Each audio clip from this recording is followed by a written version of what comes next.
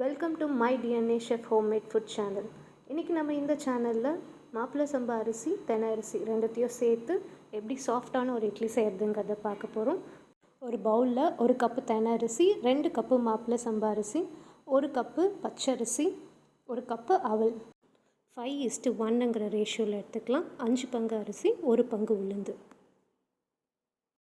இது எல்லாத்தையும் நல்லா க்ளீன் பண்ணி வாஷ் பண்ணிவிட்டு தண்ணி ஆட் பண்ணி 5 to 6 hours ஊற வச்சிடலாம்.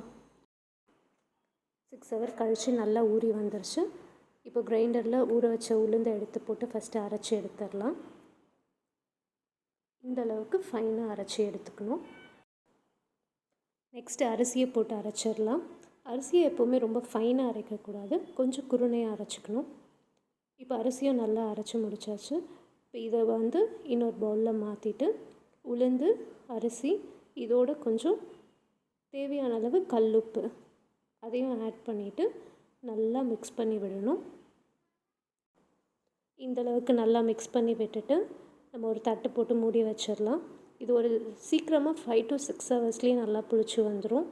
ரொம்ப நேரம் புளிக்கணும்னு அவசியம் இல்லை. இப்போ பாருங்கள் எந்த அளவுக்கு புளிச்சு வந்திருக்கு. இதை அழகாக மிக்ஸ் பண்ணி விட்டுட்டு நம்ம இட்லி ஊற்ற ஆரம்பிச்சிடலாம். இதில் நம்ம 3 வகையான அரிசி ஆட் பண்ணியிருக்கோம். இந்த மாதிரி அரிசி வகைகளை மிக்ஸ் பண்ணி நம்ம இட்லி செய்யும்போது பிசுபிசுப்பு இல்லாமல் கையில் ஒட்டாமல் அழகாக வரும். இதே நம்ம ஒரே வகையான அரிசியை சேர்த்து நம்ம செஞ்சோன்னா, கருப்பு கவுனி அரிசியில் மட்டும் நம்ம அதை மட்டுமே மெயினாக வச்சு நம்ம இட்லி செஞ்சோன்னா அது ஃபுல்லாக கையில் பிசுபிசுன்னு ஒட்டும். எந்த அரிசியாக இருந்தாலும் இந்த மாதிரி கலர்ட் ரைஸில். ஸோ இந்த மாதிரி தனித்தனியாக ஆட் பண்ணி செஞ்சு பாருங்கள், இட்லி சூப்பராக வரும். இப்போ இதுக்கு அழகான ஒரு சட்னியோடு சர்வ் பண்ணிடலாம். பாருங்கள் எவ்வளோ பஞ்சு போல் எவ்வளோ சாஃப்டாக பேக்கிங் சோடா இல்லாமல் இந்த அளவுக்கு வந்திருக்கு பாருங்கள்.